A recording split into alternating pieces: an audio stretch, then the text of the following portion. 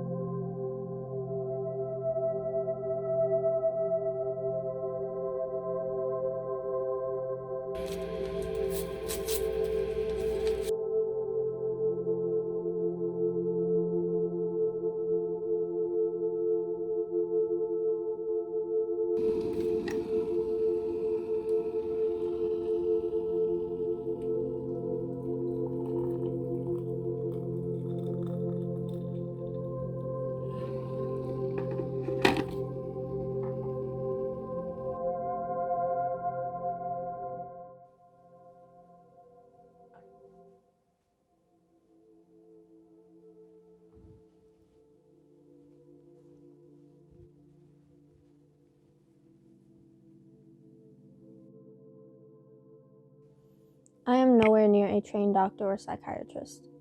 What I am about to explore with you is based on my experiences only.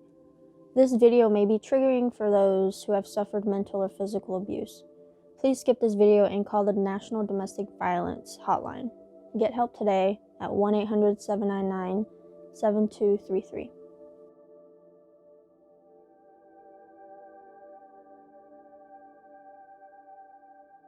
Hi, my name is Gaonha and I am a survivor of mental and physical abuse.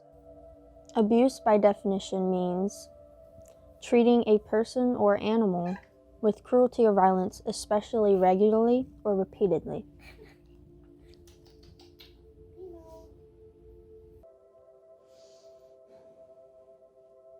Abuse to me is anything that mentally or physically harms anything. When it comes to animals, human beings, anything. It could be anything to saying anything mean, anything that would put you down as a person, or actually physically hurting you, you know?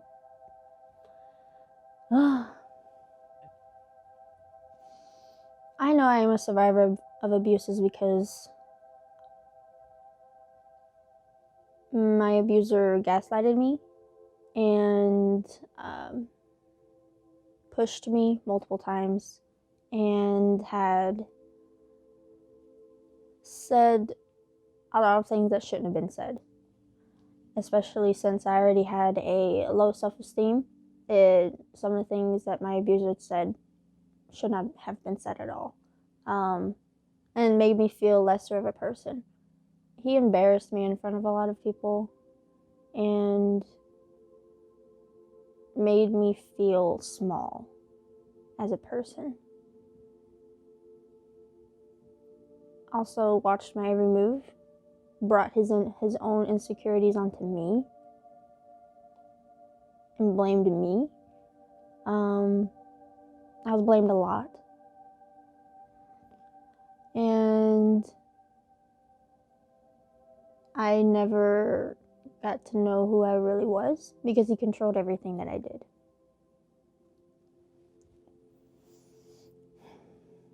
I did love my abuser.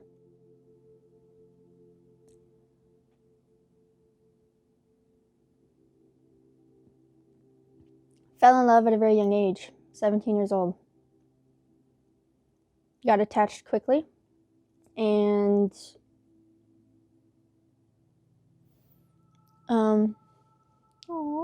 Menzie. I don't know if you guys can see Menzie. Menzie, you're so weird. Menzie knows something is off.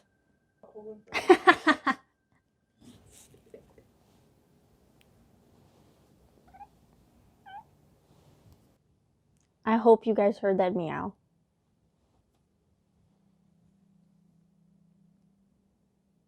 The abuse started whenever we started to, I guess, fall in love. He himself had suffered from PTSD. he didn't know that until like, I don't know, a year into the relationship. And then I started getting the blunt end of it. But yeah, I do not consider myself a weak person. I see myself as a stronger person for going through what I went through and still smiling to this day. And still seeing, you know, everybody. I'm not, you know, what is the word for it? Saying that every man is exactly like him, which I know they're not. Nor is every woman like him. I'm not going to paint a picture over every person that I see. You don't need to be the weaker person in the relationship to be abused. I didn't leave my relationship because I felt as though I was comfortable. More of like comfortable money-wise. And I'm not a big fan of change. A lot of people aren't. And to be able to leave, it takes a lot of strength and a lot of being able to accept the fact that this is actually happening. So I chose not to at times, only because I felt comfortable, and in that moment in time, I didn't know I was being abused, mentally and physically. Some signs that I noticed I was being abused was the fact that I never noticed it until after I left. But him pushing me,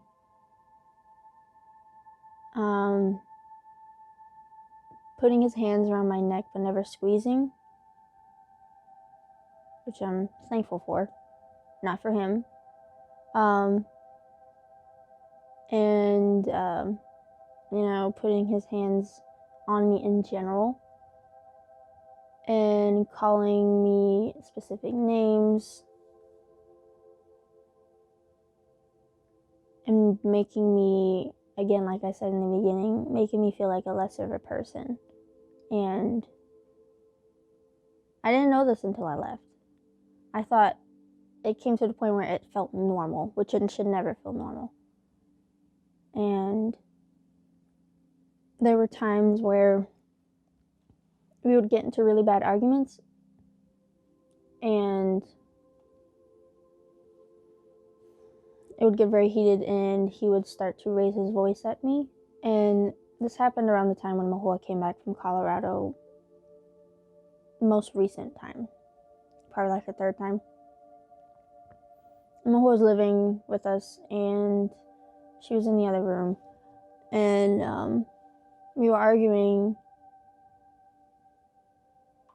and I told him, I was like, you know what, I'm just gonna pack my stuff and I'm gonna go. And he just said, no, you're not leaving. Pushed me onto the bed and stood over me and said, I'm not leaving. And in that moment in time, I never told Mahua this, but I yelled at her name because I was scared. She never heard me. But in that moment, I did feel like I was alone, but I knew Mahua was in the other room. And it's moments like that where I felt like it was normal. And in that moment, I felt like he was isolating me, even from my family. And I didn't have a lot of friends, and I still don't really have a lot of friends, just because of the fact I didn't know how to make friends, and he kept me isolated. And making friends never really happened, unless it was around with him and who he knew.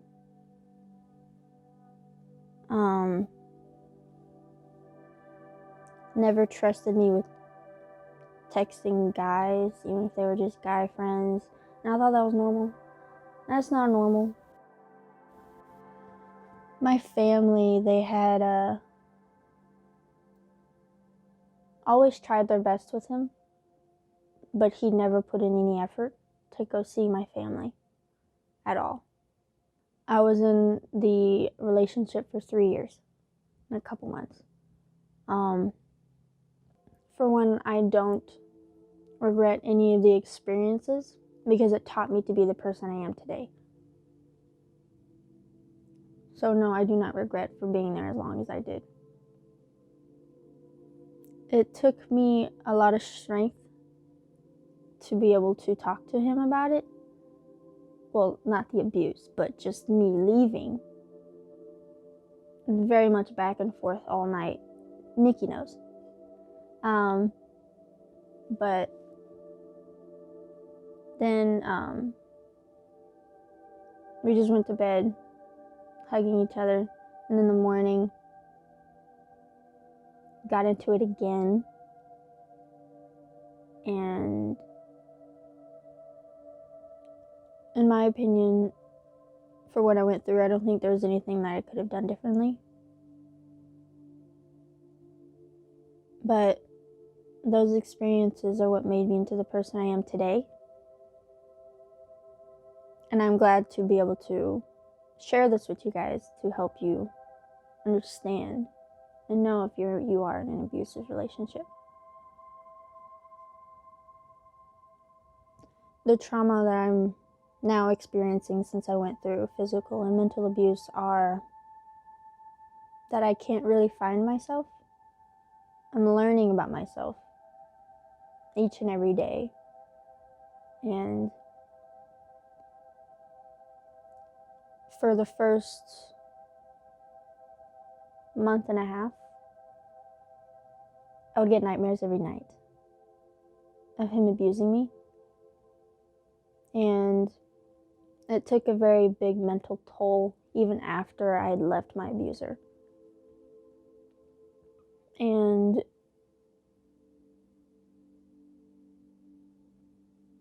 it's going to be hard with forming new friendships and relationships because I feel as though I'm going to be, it's a thought in the back of my head. It's like, are they going to abuse me? Are they going to mentally abuse me?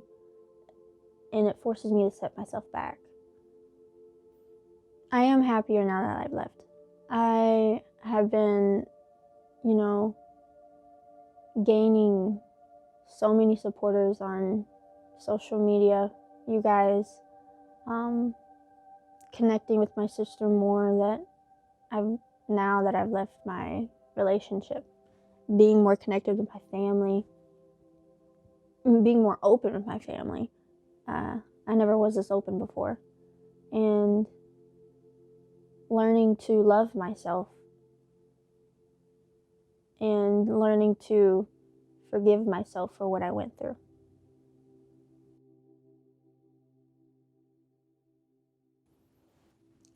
What I would say to someone who's currently or have been through an abusive relationship is know that this abuse does not define you.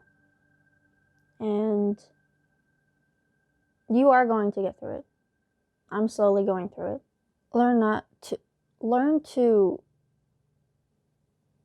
Learn things about yourself that you never could in the relationship. And learn to be happy. And learn not to rely off of other people for happiness or just to feel comfortable.